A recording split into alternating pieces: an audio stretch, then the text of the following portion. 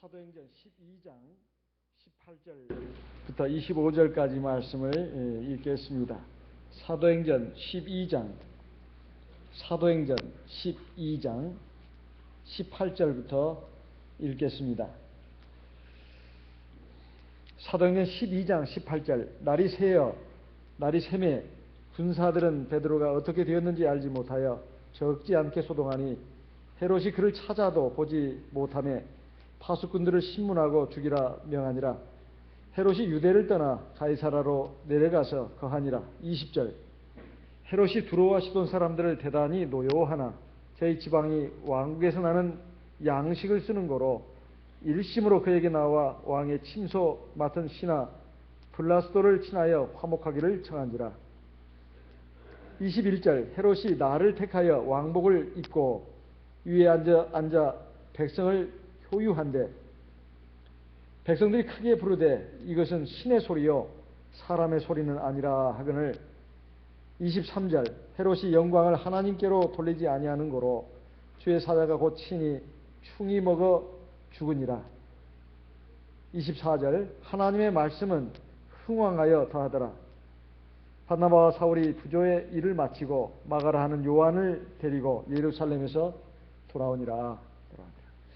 자, 우리 하나님의 교회가 어떻게 세워지고 하나님의 생명의 말씀이 어떻게 많은 사람들에게 전파되고 있는가, 그리고 우리 교회의 참 모습, 참된 교회는 우리 사도교회에서부터 시작됐는데 어떻게 하나님께서 함께 하시고 역사하셨는가를 우리는 사도행전을 통해서 알 수가 있습니다. 지난 시간에 우리는 베드로가 하나님이 보낸 천사의 도움과 인도를 힘입어서 감옥에서 나오게 되고, 그리고 베드로를 위해서 기도했던 성도들에게 나타나서 어떻게 하나님께서 자기를 구원하셨는지를 간증한 내용을 살펴봤습니다. 그리고 이 하나님의 역사를 갖다가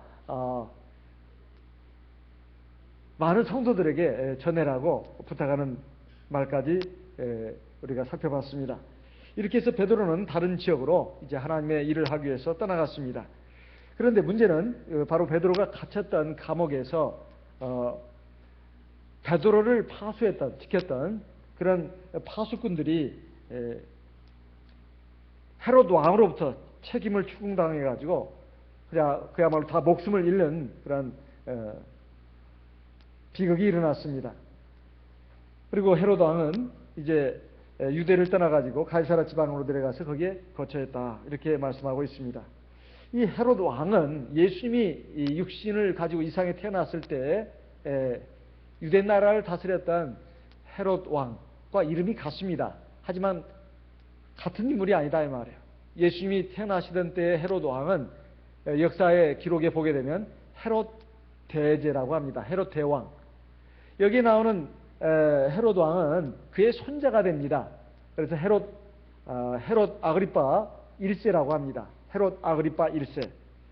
그 손자가 되는 이 헤롯 아그리파 1세는 굉장히 야심이 많고, 그리고 또 그 할아버지를 닮아가지고 굉장히 교만하고 그리고 잔인한 그런 성정을 가진 사람이었다 하는 것입니다.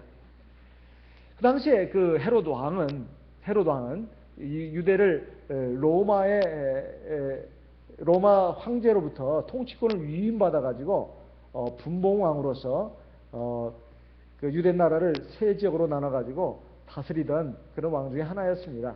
그런데 나머지 왕들을 갖다가 결국은 누르고 결국 이 아그리파 1세가 나머지 지역까지도 다 차지해 가지고 다스리는 그런 왕이 되었습니다. 그런데 이 헤롯 왕의 입장이 일단은 자기가 다스리는 이스라엘 백성들을 잘 다스려야 합니다. 그렇게 해서 안정을 시켜야 된다 이 말이에요. 뿐만 아니라 로마 황제로부터도 인정을 받아야 합니다. 어차피 로마 황제가 그 위에 있기 때문에 로마 황제의 비를 잘 맞춰야 되고, 로마 황제의 마음에서 벗어나서는 안 된다 이 말이에요. 뿐만 아니라 자기가 다스리고 있는 이스라엘 백성들로부터도 인정을 받아야 되고 또 환심을 사야 됩니다. 그래서 이 헤롯 왕은 바로 그런 면에 있어서 아주 재주가 많았다 하는 것입니다. 그런데 여기 20절에 보게 되면 두로와 시돈 사람들이 그 헤로드 왕의 신기를 건드렸습니다. 이 두로와 시돈은 사실 지금 요즘에 지명으로 본다면 레바논에 있는 그 항구 도시라고 할 수 있습니다. 여기 사람들이 굉장히 참 헤로드 왕의 마음을 상하게 했다 이 말이에요. 그래서 굉장히 싫어했습니다. 그런데 거기 두로와 시돈에 있는 사람들은 양식을 바로 이스라엘에서 공급받아 가지고 살고 있는 사람들이었습니다.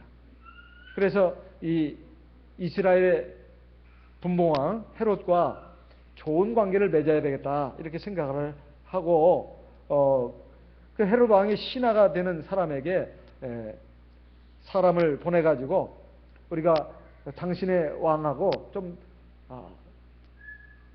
화목하게 지내고 싶다 이렇게 청했습니다. 그런데 헤롯 왕이 이제 로마 황제, 여기는 나오지 않습니다. 당시에 유대 나라의 역사를 기록한 요세푸스가 쓴 그 기록을 보게 되면 이 헤롯 왕이 로마 황제의 생일을 맞이해서 이제 가이사라에서 특별한 잔치를 벌였다는 것입니다. 그렇다고 해서 로마 황제가 거기에까지 올 리는 없습니다. 어쨌든 로마 황제의 생일을 기념한답시고 축하한답시고 큰 잔치를 벌였는데 많은 사람들이 모일 거 아니겠습니까? 그래가지고 이제 거기에서 일장 연설을 했단 말이에요. 연설을 하니까 백성들이 크게 소리를 질렀습니다. 그 가운데는 아마 두로와 시돈에서 온 사람들도 많이 있었을 겁니다. 아마 그 사람들이 주동이 돼가지고 이 헤롯 왕의 비유를 맞춰주고 아첨하는 그런 그 소리를 질렀던 것으로 보여집니다. 22절에 보면 백성들이 크게 부르되 이 백성들이 바로 두로와 시돈 사람들이 주축이 돼가지고 지금 하는 소리가 아닌가 이렇게 추정을 해볼 수가 있습니다. 이것은 신의 소리요 사람의 소리는 아니라, 여기 신이라는 말은 하나님이라는 뜻입니다. 이건 하나님의 소리다, 그리고 사람의 소리는 아니다, 이렇게 막 찬양을 했다 이 말이에요. 극구 아첨을 했습니다. 근데 문제는 23절에 헤롯 왕이 영광을 하나님께로 돌리지 아니했습니다. 그러니까 이것은 일종의 침묵의 승인이다 이 말이에요. 말을 하지 않는 걸 침묵이라고 하지 않습니까? 침묵. 그러니까 자기가 거기에 대해서 아무 대꾸를 안 했어요. 말을 안 했어요. 하지만 그건 동의를 한 거죠. 그래, 내가 이 정도로 대단한 사람이다. 내가 이 정도로 말을 잘하는 사람이야. 그리고 내가 너희들 앞에 마땅히 존경을 받아야 되고 찬양을 받아야 될 왕이다. 일국의 왕이다. 이렇게 하면서 그냥 그것을 즐겼다 이 말이에요. 그러니까 하나님이 보낸 천사가 그 헤롯 왕을 쳤습니다. 치니까 벌레가 먹어서 죽었다 이렇게 나와 있습니다. 벌레가 먹어서 죽었다. 24절에 이어지는 말씀은 하나님의 말씀을 흥황하여 더했다 이렇게 말씀하고 있어요. 자, 우리가 여기서 좀 생각해 볼 것은 참 이 헤롯 왕이 로마 황제의 권력을 위임받은 분봉왕으로서 이스라엘을 다스리면서 이스라엘 백성들을 어찌됐든 간에 안정을 시켜야 된다 이런 말씀입니다. 그런데 당시에 유대교가 이스라엘을 오랫동안 지배하고 있던 그 사회에 예수 무리들이, 예수를 따르는 그런 사람들이 막 일어나가지고 나라를 소동스럽게 하니까, 소란을 피우니까 이들을 제압할 필요가 있다 생각해가지고 거기에 참 수장이라고 할 수 있는 야고보 사도를 죽였습니다.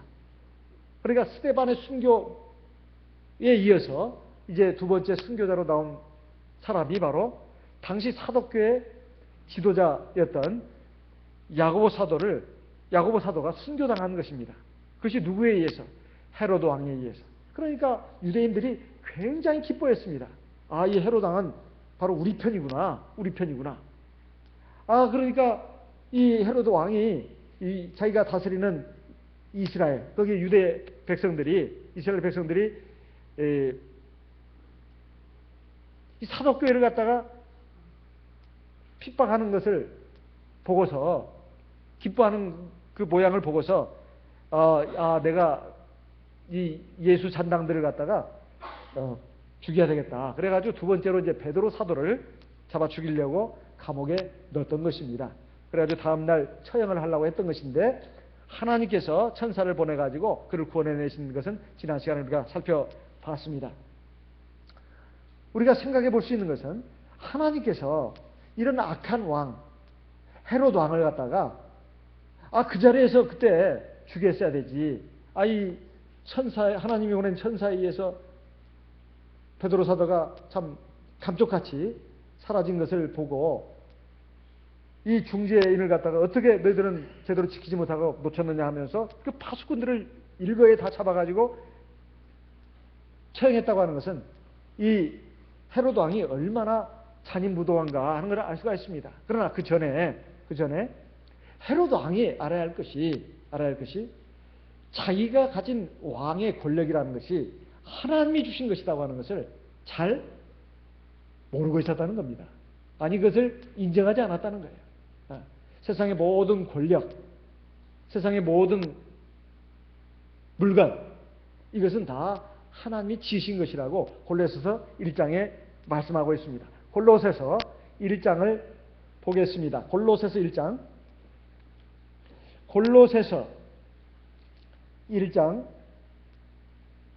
15절 16절 골로새서 1장 15절 16절 그는 보이지 아니하시는 하나님의 형상이요 모든 창조물보다 먼저 나신 자니 16절 골로새서 1장 16절입니다. 만물이 그에게 창조되되 하늘과 땅에서 보이는 것들과 보이지 않는 것들과 혹은 보좌들이나 주관들이나 정사들이나 권세들이나 만물이 다 그로 말미암고 그를 위하여 창조되었고, 그러니까 자기가 가지고 있는 왕의 자리는, 왕의 권력은 하나님이 주신 것이라고 하는 것을 알고 인정했어야 된다 이 말이에요. 두 번째, 자기에게 주어진 그 왕권이라고 하는 것은 하나님의 공의를 이루기 위해서 주신 것인데, 하나님의 공의를 위해서 이루기 위해서 주신 것인데, 그것을 생각지 않고 그걸 인정하지 않고 자기 자신의 명예, 자기 자신의 영광, 자기 자신의 향락을 위해서 썼다는 것입니다. 그러니 하나님 앞에서 이건 참으로 잘못된 왕이고 악한 왕이죠. 더군다나 하나님께서 천사를 보내가지고 그 철통 같은 감옥을, 그것도 깊숙이 들어있는 감옥입니다. 거기에 파수꾼이 베드로를 쇠사슬로 묶어가지고 같이 이렇게 지키고 있었고, 또 쇠철문이 있었고, 그 다음에 또 쇠철문이 있습니다. 그 다음에 또 파수꾼이 지키고 있다 말이에요. 마지막으로 쇠철문이 또 굳게 있었는데, 하나님께서 천사를 보내가지고 그 쇠사슬이 풀어지게 하고, 그리고 첫째 감옥, 둘째 감옥문, 셋째 감옥문, 마지막 감옥문까지 그냥 다 저절로 열리게 하면서 이 베드로가 빠져나왔다는 것은, 이것은 정말 이건 놀라운 일입니다. 그러면 이런 것을 접하고서 하나님이 정말 계신가 보구나. 또 더군다나 사람들을 보내가지고 여러 가지 이리저리 또 수소문을 해보지 않았겠습니까?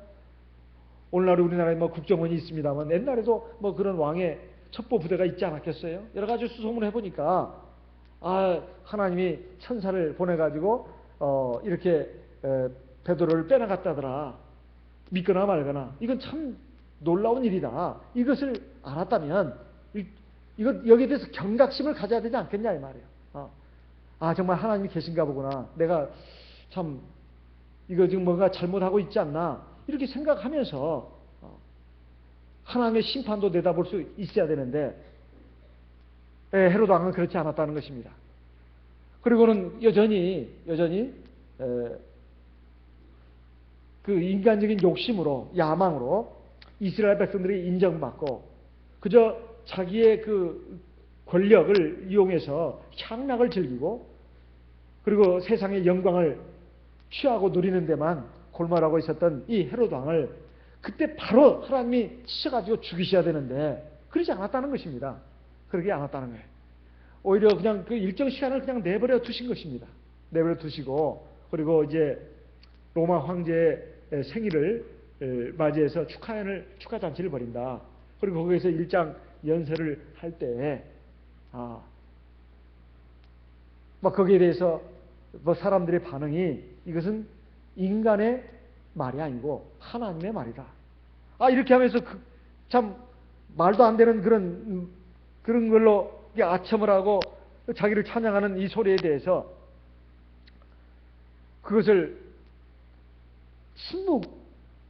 그것을 한 말 없이 그걸 받아들였다는 이것을 하나님은 더 이상 용납하지 않고 치셨다는 것입니다. 그러면 하나님의 심판이 비로소 나타난 것입니까? 아니면 사실은 이미 내려진 것일까요? 사실 하나님께서는 악인에 대해서 뿐만 아니라 하나님의 백성들도 마찬가지입니다. 하나님의 백성들, 또 세상 사람들, 그 중에 악인들 다 할 것 없이 하나님은 기회를 주십니다. 오래오래 참아주시고 기다려주신다 이 말이에요. 회개하고 돌이키기를 하나님은 기다리신다는 것입니다. 근데 헤롯 왕은 이렇게 극악한 일, 또 하나님 앞에서 해서는 안 될 그런 일을 했음에도 불구하고, 또 하나님은 여러 가지 것으로 경고를 하셨음에도 불구하고 헤롯 왕은 거기에서 돌이킬 줄을 몰랐습니다. 그리고 마지막으로 그가 자기를 신의 위치에까지 올려가지고 찬양하는 그 소리에 대해서 하나님께 그걸 영광을 돌려야 되는데 그러지 않고 그걸 받아들임으로써 하나님께서 드디어 이제 진노의 심판을 하셨는데, 그것은 바로 여기 보면 벌레가 먹어서 죽었다 이렇게 나옵니다. 그 벌레가 뭘까? 그것이 어떤 병원균일 수도 있고요. 실제로 어떤 독충에 의해서 물려가지고 죽을 수도 있다 이렇게 생각할 수 있습니다. 그러면 여기서 하나님께서 우리에게 주시는 교훈이 뭘까요? 사실 우리가 악인의 형통에 대해서, 죄인의 형통에 대해서 그것을 성공이라고 생각해서는 안 된다 하는 것입니다. 아무리 하나님 믿지 않고 또 하나님 말씀과 상관없이 자기 육신의 정욕대로 살아가는데 뭐 특별한 문제가 없이 잘 된단 말이죠. 그리고 무사 안일로, 그러니까 아무 일 없이 크게 뭐 어려운 일이라든가 고통스러운 일 없이 그런 대로 살아간다 이 말이에요. 이것에 대해서 부러워하고 또 그런 사람들이 성공하는 것에 대해서 우리가 그것을 부러워할 필요가 없다는 것입니다. 사실 내가 하나님 앞에서 죄를 짓고 또 하나님 앞에서 옳지 못한 삶을 살고 있는데 마땅히 실패를 해야 되고 병들어야 되고 그리고 이름이 잘못돼야 합니다. 이게 정상입니다. 그런데 그 반대로 내가 잘못 살고 있고 죄의 길로 가고 있는데도 불구하고 또 불신앙의 길로 가고 있는데도 불구하고 일이 잘 되고 점점 뭐 평안하고 형통하고 다 할 때 사실 이것은 잘못된 것이다 이 말이에요. 오히려 이것은 하나님께서 그를 사랑하시는 것이 아니다 이런 말입니다. 오늘 오전에 나온 말씀에서도 느꼈습니다마는 하나님은 우리를 정말 사랑하십니다. 우리를 사랑하신다 이 말이에요. 그래서 다 각자에게 약한 부분을 주시고 또 괴롭고 힘들어하는 그 부분들을 적어도 하나 이상씩은 다 주신다 이 말이에요. 사람마다 다 완전하지가 않기 때문에 어떤 사람은 재물에 약하고 어떤 사람은 명예에 약하고 어떤 사람은 이성에 약하고 어떤 사람은 세상의 향락에 약한 그런 그 특성을 갖고 있습니다.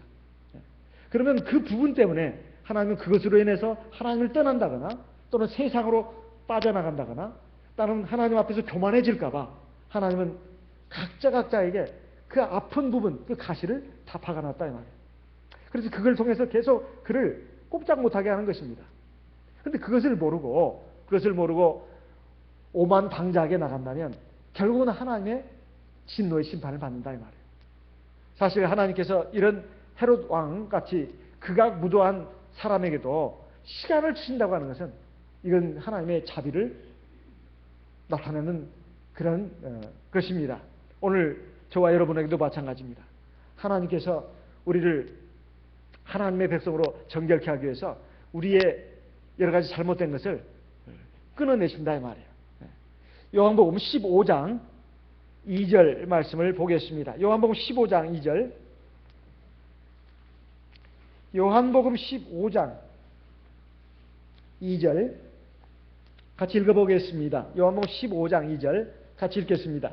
무릇 내게 있어 과실을 맺지 아니하는 가지는 아버지께서 이를 제해버리시고 무릇 과실을 믿는 가지는 더 과실을 맺게 하려 하여 이를 깨끗게 하시느니라. 이 두 가지가 나옵니다. 그러니까 우리 주님이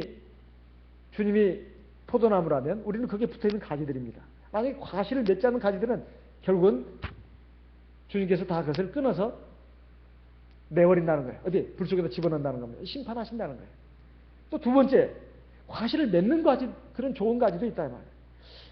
대체로 우리가 가시를 맺는 가지라고 봤을 때 그러면 가시를 그 믿음의 열매죠. 성령의 열매입니다. 하나님 앞에서 믿음의 열매, 성령의 열매를 잘 맺는 그런 양호한 가지들이 바로 우리들이라고 봤을 때 그러면 하나님이 이러한 가지들은 그냥 내버려 두시느냐? 그렇지 않다 이 말이에요. 그 가지도 말이에요. 포도나무 가지도 쓸데없는 부분은 다 전지를 합니다. 잘라낸다 이 말이에요.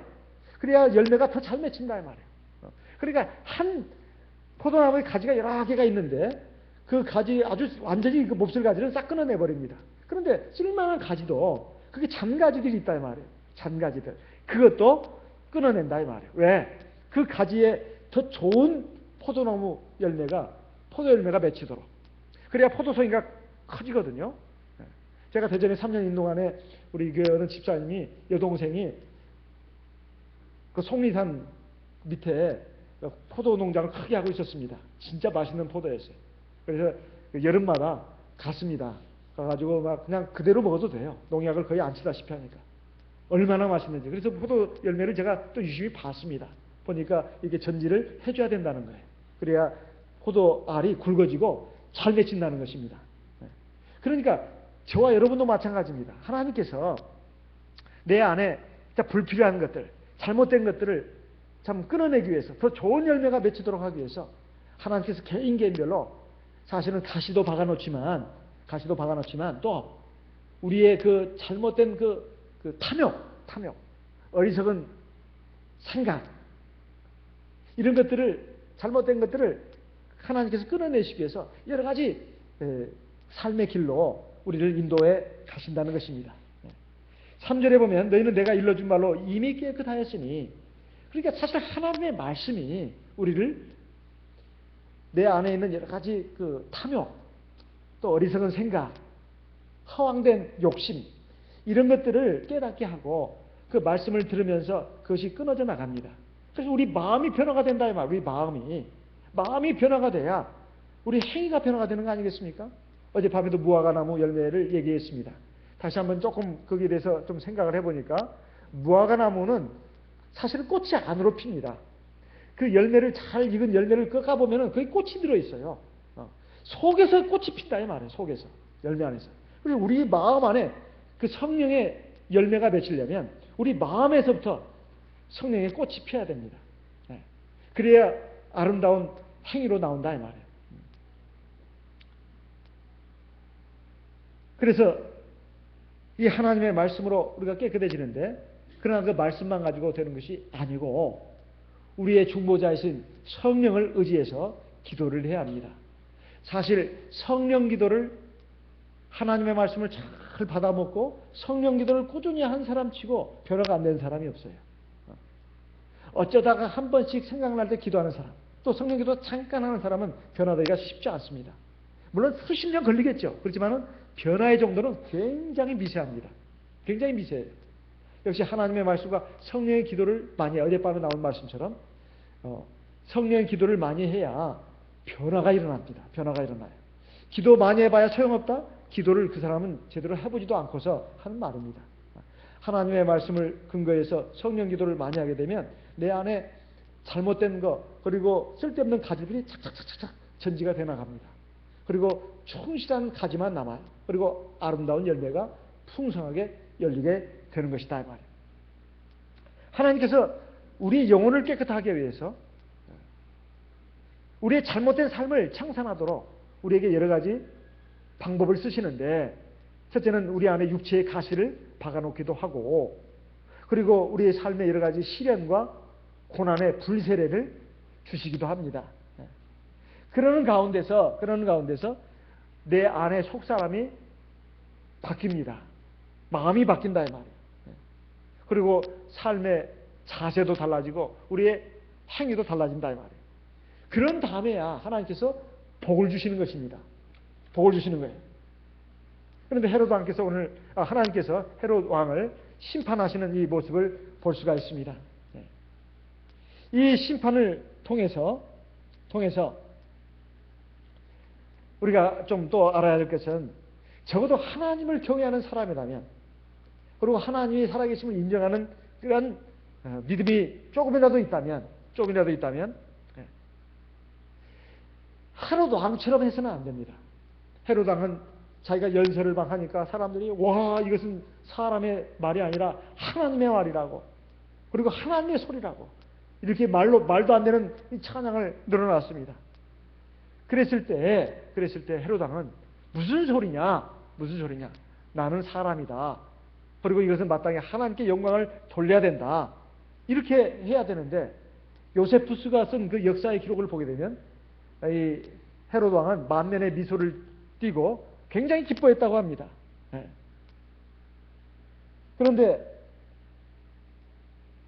바로 이 헤롯 왕에게 바로 복통이 일어나가지고 그리고 궁경으로 옮겨졌는데 회복되지 못하고 닷새 후에 죽었다는 거예요.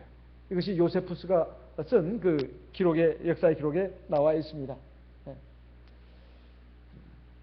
그러면서 이게 사실인지 아닌지 모르죠. 요세푸스가 쓴 역사의 기록에 보면 너희가 나를 신으로 부른 그 때문에 내가 지금 죽게 되었다고 이렇게 말을 남겼다고 합니다. 그래서 우리는 여기서 중요한 것을 알 수가 있습니다. 불의한 중에, 또 죄악의 길을 걷는 중에, 또 불신한 길을 걷는 가운데 형통해지는 것은 결코 복이 아니다 이 말이에요. 두 번째로 하나님의 사역, 하나님의 역사하시는 것에 대해서 우리가 항상 민감해야 합니다. 민감해야 돼요. 모든 일은 하나님께서 사실은 주관하시고 섭리하시는 것이다. 이것을 우리가 생각을 해야 됩니다. 그런데 헤롯 왕은 지금 분명히 하나님께서 자기가 잡아가지고 그 빠져나올 수 없는 그 감옥에다가 집어넣은 베드로가 감쪽같이 사라지고 결국 자기 손에서 빠져나간 것을 알고 사실은 마음의 두려움을 느꼈어야 했습니다. 그런데 전혀 느끼지 않았다는 것입니다. 그러니까 하나님 앞에 심판을 받기에 이건 너무나 자기로서는 할 말이 없는 것이죠. 그래서 우리가 생각해야 되는 것이, 우리가 세상을 살면서 오늘 오전에도 나온 말씀과 같이 우리가 항상 기뻐해야 된다. 그리고 감사하고 만족해야 된다는 겁니다. 내 어떤 기도는 하나님 앞에 응답을 받고 어떤 기도는 응답을 못 받아서 아직도 아픈 부분이 있다 하더라도 꼭 육체뿐만 아니라 내 마음이 아프고 또 내 그 삶이 힘들고 고달프더라도 하나님이 나와 함께 하시고 나를 이끌어 가시고 있고 결국 나에게 주시고자 하는 것은 최종적으로 완전한 행복이다. 이걸 생각하고 지금 하나님께서 나를 이끌어 가시는 것은 바로 내가 하나님을 온전히 의지하게 하고 하나님 안에서 내가 하나님 앞에 온전한 백성으로 성장할 수 있도록 나를 지금 이끌어 가시는 길이다. 이걸 인정을 해야 됩니다. 그리고 하나님이 내 육신의 필요를 따라서 다 필요한 대로 주시니까 걱정해서는 안 된다는 것입니다. 그런데 우리가 하나님이 나와 함께 하시고 하나님께서 나에게 삶을 세세하게 보살펴 주심에도 불구하고 그저 내가 꼭 원하는 것, 내가 절실히 필요로 하는 그것이 만족이 안 됐기 때문에, 혹은 그 반대로 어떤 문제 때문에 내가 너무 힘들고 괴롭기 때문에 그거 하나 가지고 하나님을 원망하고 하나님을 불신하고 내가 기도해도 소용없네, 하나님 믿어봐야 소용없다고 이런 식으로 엉뚱하게 생각하고 나간다면 이건 신앙이 아니다 이런 말입니다. 신앙이 아니다. 오히려 내가 약한 부분이 있기 때문에, 그리고 내게 육체의 가시가 있기 때문에 내가 하나님을 떠나지 않고 하나님을 더 의지하고 하나님을 경외하면서 사는 것으로 인해서 하나님의 사랑과 은혜가 내 삶의 곳곳에서 많이 나와 함께한다. 이걸 인정하는 그런 믿음이야말로 진짜 믿음이다. 하는 것입니다. 그래서 그런 마음으로 하나님 앞에 감사할 뿐만 아니라 내가 살다 보면 오늘 헤로드 왕과 같은 이런 경우에 사람들이 나의 겉모습만 보고 칭찬하는 경우가 있습니다. 나의 겉모습만 보고 칭찬하는 경우가 있어요. 참 당신은 믿음이 좋다고, 기도 많이 한다고, 혹은 어떻게 이렇게 착한 일을 했냐고, 참 좋은 일을 많이 했다고 이렇게 칭찬을 하면 그걸 보고 가만히 있으면 안 됩니다. 있으면 안 돼요. 사실은 나는 그런 사람이 아닌데 마음속으로 부인한다면 이거 참 다행이에요.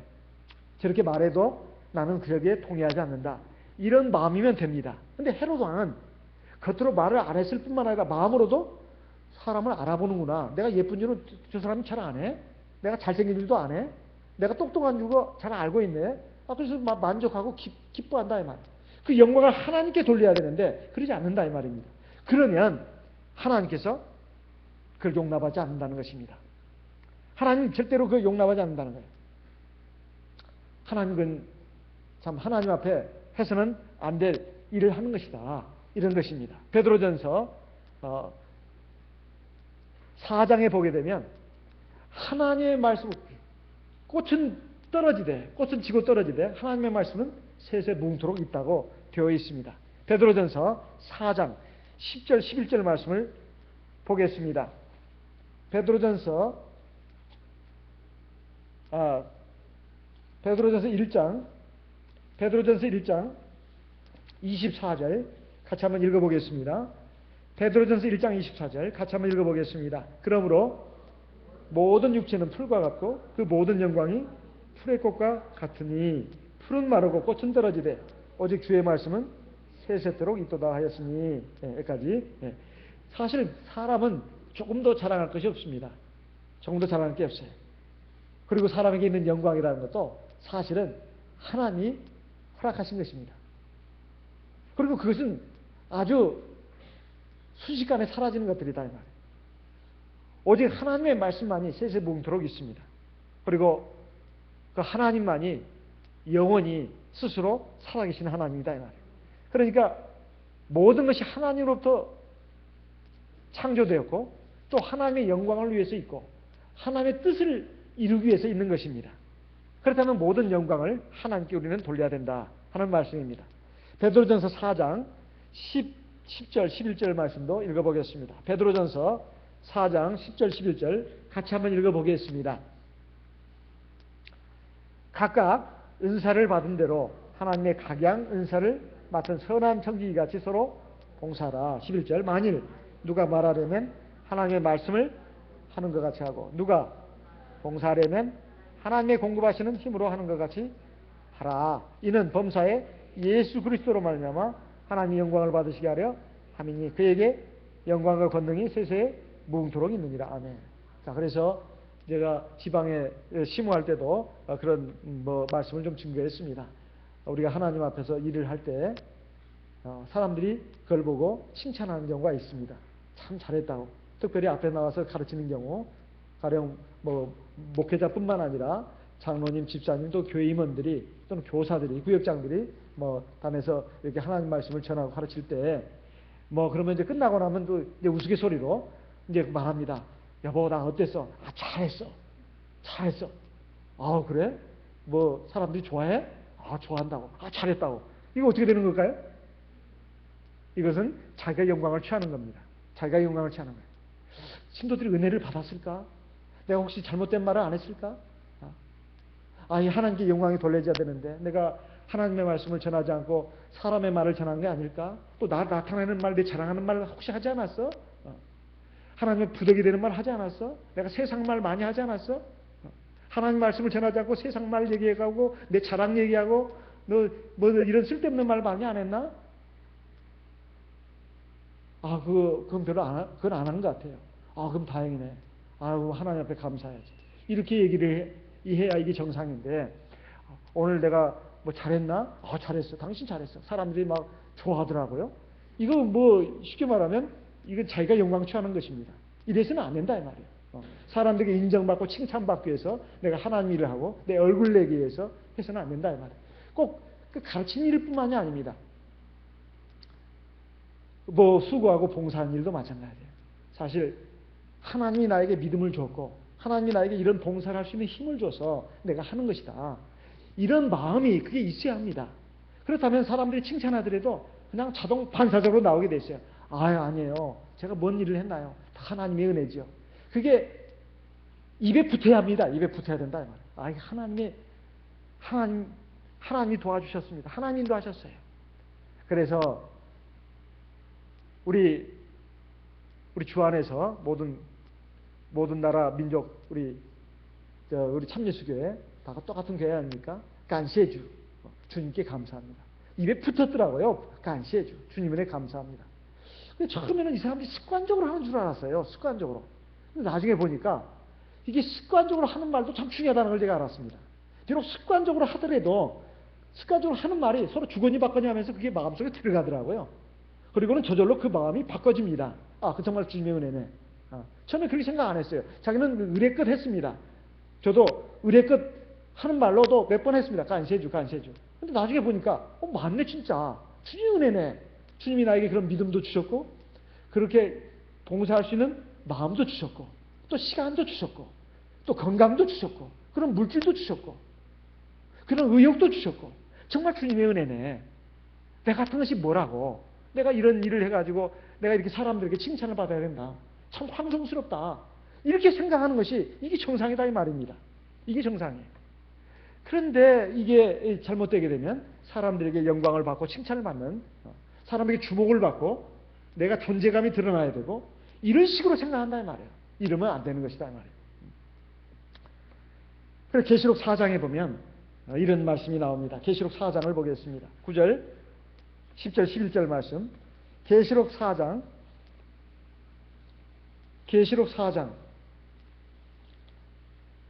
9절, 10절, 11절 우리 같이 한번 읽어보겠습니다.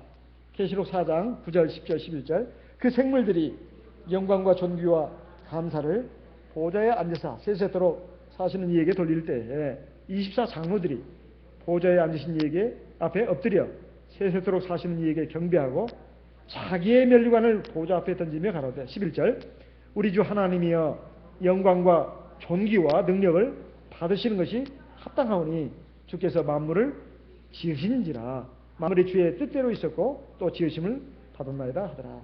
여기에 보면 주님의 보좌 앞에 내생물이 있고 또 내생물 주위에 24장로들이 있는데 자기의 면류관을 주의 보좌 앞에 던지면서 영광을 주님께 온전히 돌리는 모습을 볼 수가 있습니다.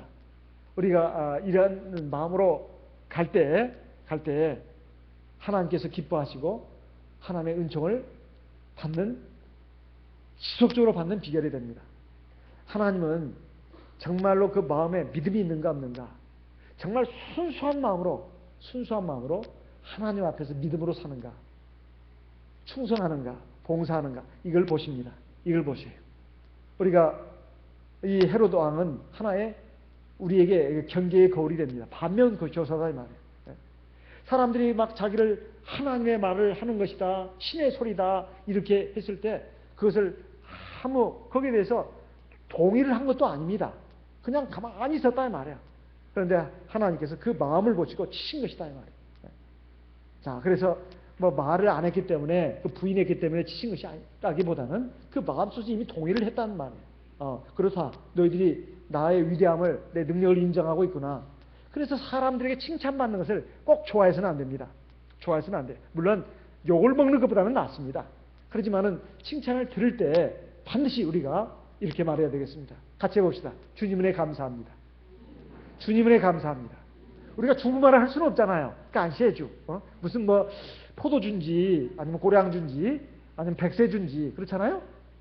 양준지 이렇게 술 이름으로 알기가 쉬우니까 우리는 감사주라고 할 수는 없고 무슨 감사의 술을 마시냐 그건 아니다.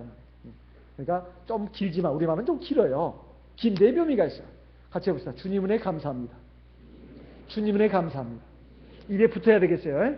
그러면 나는 말이 너무 길어서 그냥 감사주가 좋겠다. 그럼 중국말로 하세요. 같이 해봅시다. 간시해주. 간시해주. 주님 은혜 감사합니다. 간시해주 하든가 주님 은혜 감사합니다. 나는 영어를 하겠습니다. Thank God. 이렇게 합니다. 그러니까 우리 하나님 은혜 감사다, 주님 은혜 감사다. 이게 입에 붙여야 되겠어요. 붙여야 되겠어요. 아유, 별 말씀을요, 별 말씀을. 아우, 별 말씀을 하면서 막 이렇게 하면서 막 비비 몸을 꼬고 속으로는 그래도 알아줘서 고맙습니다. 이렇게 해서는 안 되죠. 에? 그렇게 해서는 안 된다. 이게 또 입에 붙여야 돼요. 아, 이거 꼭 말을 해야 합니까? 말하는 게 중요합니다. 그 말이 내 마음속으로, 귀를 통해서 마음속으로 들어가서 그걸 자리 잡습니다. 그리고 내 마음을 바꾸는 거예요. 그래서 주님 은혜다. 이게 입에 붙여야 합니다. 붙여야 돼요. 이것은 꼭 하나님 앞에서만 그렇게 할 것은 아닙니다. 우리가 어떤 형제가 나에게 호의를 베풀었을 때 감사합니다. 이거 할 수 있어야 됩니다. 근데 받아놓고도 아무 말이 없어. 아무 말이 없어. 이거 참 서운한 일입니다. 뭐 공치사 드러난 것이 아니에요. 그 다음에 내가 지나가다 누구 다 어깨를 쳤습니다. 근데 미안하다는 소리도 안 해. 그냥 싹싹 지나가. 참 어이가 없죠. 어이가 없어. 이게 사실은 thank you, I'm sorry 이게 입에 붙어야 합니다. 붙어야 돼요. 그리고 엄마 아빠에 대해서도 감사하다는 말을 해야 돼요. 밥 먹을 때 엄마 감사합니다. 남편도 마찬가지예요. 아내가 참 그 더운 날씨에 장 봐가지고 그렇게 열심히 요리를 했으면 여보 고맙다고, 참 고맙다고 이 말을 할 수 있어야 합니다. 그리고 자녀들도 마찬가지예요. 그리고 내가 잘못했으면 미안하다 이런 말도 할 수가 있어야 된다. 꼭 그 말을 해야 되냐? 아니에요. 말을 해야 합니다. 말을 해야 돼요. 말을 해야 그 마음을 갖게 된다. 말 자체보다도 그 마음을 갖도록 하기 위해서 그러는 것입니다. 마음을 갖도록 하기 위해서. 특별히 하나님 앞에서 우리는 마땅히 하나님께 영광을 돌려야 합니다. 하나님께 영광을 돌려야 돼요. 그리고 내가 이 봉사하는 것도 하나님이 주시는 힘으로 하는 것처럼 해야 됩니다. 그리고 내가 말을 하더라도 하나님의 말씀을 하는 것처럼 해야 합니다. 베드로전서 4장 아까 읽었지 않습니까? 베드로전서 4장 10절로 11절에 누가 무슨 말 하거든 하나님의 말씀을 하는 것처럼 해라. 그리고 무슨 일을 하거든 하나님이 공급하시는 힘으로 하는 것처럼 해라. 그래서 범사에 우리 주 예수 그리스도께 영광이 돌려지도록 하기 위해서다. 이렇게 말씀하고 있습니다. 그러면 하나님께 영광을 돌리면 나는 아무것도 없습니까? 아니에요. 하나님이 그걸 보시고 듬뿍듬뿍 복을 주신다 이 말이에요. 듬뿍듬뿍. 사실은 내가 복받는 비결입니다. 하나님 앞에 복받는 비결이에요. 항상 기뻐하고 쉬지 말고 기도하고 범사에 감사하는 것. 다른 사람은 다 짜증을 내고 원망하고 우거지상을 하고 있는데 이 얘는 참 늘 기뻐하고 감사한다 이 말이에요. 왜? 하나님이 자기와 함께하는 걸 인정하고 그리고 하나님의 은혜를 인정하면서 늘 기뻐하고 감사하니까 이놈은 싹수가 있는 놈이네. 싹수가 있는 놈이야. 정말로 믿음이 있는 놈이네. 하나님이 얼마나 참 기뻐하실까요? 그래서 복을 이렇게 쫙 준비해놨다가 그냥 쏟아주는 겁니다. 쏟아주는 거예요. 근데 하나님 인정하지 않아. 자기 힘으로 살아. 그러니까 뭐 안 좋은 일 있으면 기분 나쁘고 재수없다 그러고 침나 뱉고 이런 식으로 살아가는 이 세상 사람들처럼 우리가 그렇게 살아서는 안 된다는 것입니다. 오늘 헤롯 왕의 이 죽음이 바로 하나님의 진노를 심판을 말하는 것이고 이것이 시간이 앞서고 뒤서고 이 차이만 있을 뿐 모든 인생에게 하나님의 심판이 임합니다. 모든 인생에 하나님 심판이 임해요.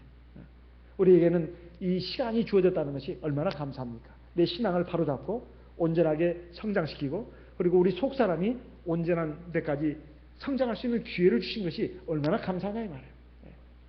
그래서 하나님께 감사하면서 우리가 두렵고 떨림으로 하나님을 경외하고 하나님 말씀에 순종해서 우리 하나님이 원하시는 온전한 백성이 되도록 힘써야 되겠습니다. 오늘 이 시간 들으신 말씀을 마음에 새기면서 우리 하나님께 기도하겠습니다.